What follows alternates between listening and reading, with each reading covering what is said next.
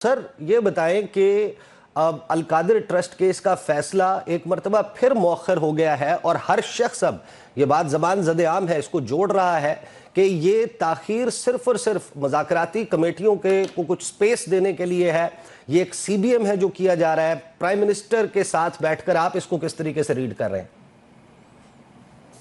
बिस्मिल्लाहिर्रहमानिर्रहीम। बहुत शुक्रिया।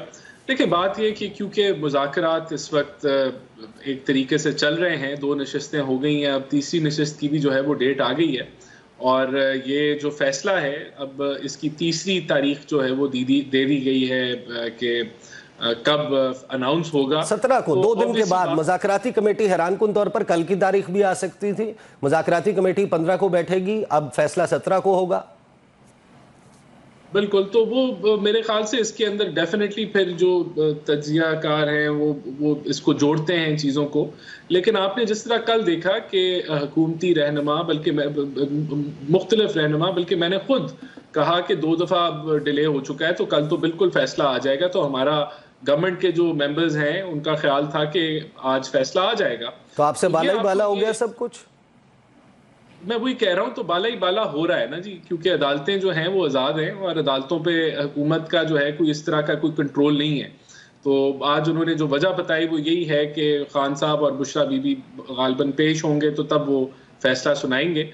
तो ये बेहतर होता कि अदालतें एक डेट दे देती, आगे की दे देते, 2 हफ्ते 3 हफ्ते बाद की दे देती। अदालतें कब से आज़ाद हो गई? कब से आप तो जो प्रेडिक्शन करते थे फैसल वाडा की प्रेडिक्शंस तकरीबन जो है वो हदफ पर लगता था उनका तीर। ये अदालतें आज़ाद अचानक से हो गई? वैसे अगर फैसल वाडा साहब की बात की जाए तो मेरा नहीं ख्याल कि उनका जो तीर है हदफ पे लगता था। उनके अगर 10 तीर जाते थे तो 2-3 लग जाते थे, तो उतने तो मेरे ख्याल से आपके भी लग जाएंगे अगर आप अपना एनालिसिस देंगे। उन्होंने कहा नवाज शरीफ वज़ीर आज़म नहीं बनेंगे, शहबाज बनेंगे, शहबाज बन गए। उन्होंने कहा था, वैसे एक प्रेडिक्शन उन्होंने ये भी की थी कि शहबाज शरीफ आ तो जाएंगे लेकिन निज़ाम जो है वो 18 महीने से ऊपर नहीं जाएगा। तो अल्हम्दुलिल्लाह तकरीबन 10 माह तो गुजर गए हैं, हम 60 माह मुकम्मल करेंगे और आधा पाकिस्तान, या जितना भी आधा नहीं तो बहुत सारा पाकिस्तान कह रहा था कि फलाना वजीर आज़म बनेगा और फलाना बनेगा, तो फिर तो वो भी नजूमी बन गए। तो ये तो देखे कुछ चीज़ें आप भी एनालिसिस, आपका भी एनालिसिस, मेरे ख्याल से कुछ एनालिसिस ठीक आगे होंगे। तो फैसल वाडा को मैं नहीं समझता कि कोई उनकी बहुत एक्यूरेसी है, तो वो तज्जिया अपना देते रहते हैं और हल्ला भी। कल तो उन्होंने भी सजा सुना दी थी, कल तो उन्होंने भी प्रेस कॉन्फ्रेंस करके सजा सुना दी थी, आप समेत वो भी शामिल थे। तो उनकी भी आज के हवाले से प्रेडिक्शन गलत हुई।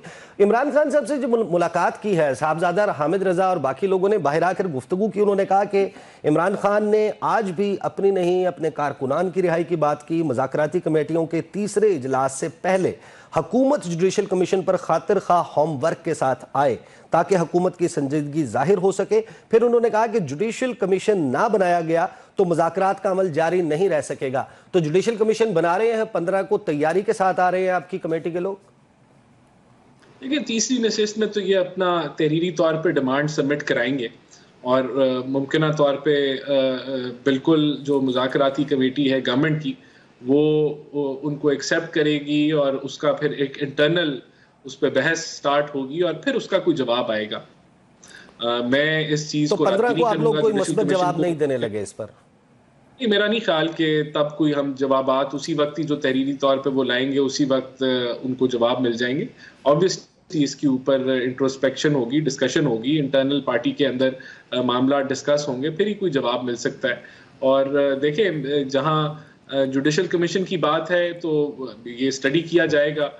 उनसे भी अगर इस पे मान लिया गया तो ये शर्त रखी जा सकती है कि जो फैसला आएगा फिर पीटीआई उसको तस्लीम करेगी।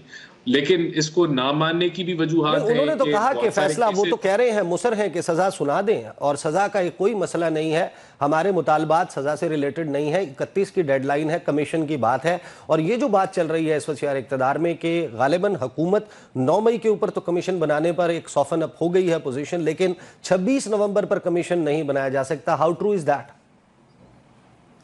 नहीं, मैं समझता हूँ कोई फैसला नहीं हुआ। अच्छा। फैसला तो तब होगा जब ये डिमांड्स आएंगी और फिर उनके साथ जो है ये बातचीत आगे बढ़ेगी। तो अभी तो ये कहना कि हुकूमत ने कोई फैसले कर दिए हैं, नहीं, ऐसा नहीं है, क्योंकि हमें तहरीरी तौर पे अभी हम डिमांड्स जो हैं, चार्टर ऑफ डिमांड्स रिसीव हुई, राना तो साहब, उसके ऊपर पहले से फैसला जो है वो नहीं जी किया। राना साहब, क्या इन मुज़ाकरात को वज़ीर आज़म की, मुस्लिम लीग नून की, मियां मोहम्मद नवाज शरीफ की मुकम्मल हिमायत और बैकिंग हासिल है? डेफिनेटली देखिए, ये पार्टी का कंसेंसस है, पीएमएलएन का कंसेंसस है, और उस कंसेंसस के अंदर सभी शामिल होते हैं। जब कोई अगर मुखालिफ आवाज़ें भी हों तो वो भी पार्टी पॉलिसी को फॉलो करती हैं, और ये कंसेंसस है कि हमने मुज़ाकरात करने हैं, और हुकूमत समझती है कि जो हमने इकोनॉमिक गेन्स किए हैं, अल्हम्दुलिल्लाह, जो एक टर्न अराउंड हुआ है इकोनॉमी का, स्टेबलाइजेशन सी ग्रोथ की तरफ हम बढ़ रहे हैं, वो उसको सस्टेन करने के लिए ये एफर्ट्स लाजमी हैं, और हुकूमत का एक ऑनेस्ट एफर्ट है इन मुज़ाकरात की। लेकिन राना साहब, जब हम आपकी पार्टी के कुछ लोगों की गुफ्तगू सुनते हैं तो हमें ये लगता है कि जैसे आपकी तमाम क़यादत की कनपटी पर किसी ने बंदूक रखी हुई है, पीछे को खंजर लेकर खड़ा है। जावेद लतीफ़ साहब की मैं आपको बात सुनवा देता हूँ। वो कहते हैं कि प्रेशर आ रहा है, और भरपूर किस्म के प्रेशर से डंडे के जोर पर आप लोगों को बिठाया हुआ है। ये ज़रा सुन लीजिए। I need your comment on that. ये आज कहाँ से दबाव है जो कभी नहीं रहा, जो पहले सपोर्ट करते थे ऐसे ऐसे डिसीजंस को, नवाज शरीफ का, जुल्फ़िकार अली भुट्टो का मामला हो कि हाँ ये हो जाए, ये कौन सी कुव्वतें हैं और कौन दबाव डाल रहा है आप पे? ये देखिए, मुझे नहीं पता जावेद लतीफ़ साहब किस उनके पास क्या इंफॉर्मेशन है, लेकिन जो हमें जो नज़र आ रहा है वो तो क्लियर है कि प्राइवेट सिटीज़न है रिचर्ड ग्रेनल, उन्होंने बहुत सारी ट्वीट्स की हैं, और फिर उन्होंने शटअप कॉल भी दी है पीटीआई के कुछ लोगों को कि भाई बस कर दो। तो वहाँ फिर कांग्रेसमैन ने भी चिट्ठियाँ लिखी हैं।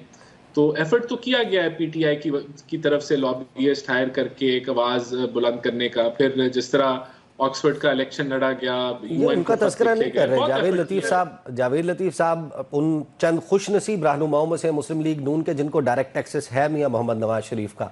बहुत सारे लोग समझते हैं कि वो जो गुफ्तगू कर रहे हैं वो तर्जुमानी मियां मोहम्मद नवाज शरीफ की। आप सब लोग शहबाज शरीफ और गवर्नमेंट को रिप्रेजेंट करते हैं, जावेद लतीफ़ साहब मियां साहब को रिप्रेजेंट करते हैं, तो वो किसी और प्रेशर की बात कर रहे हैं। क्या आप अभी भी पुर यकीन है कि तमाम prime minister is calling all the shots?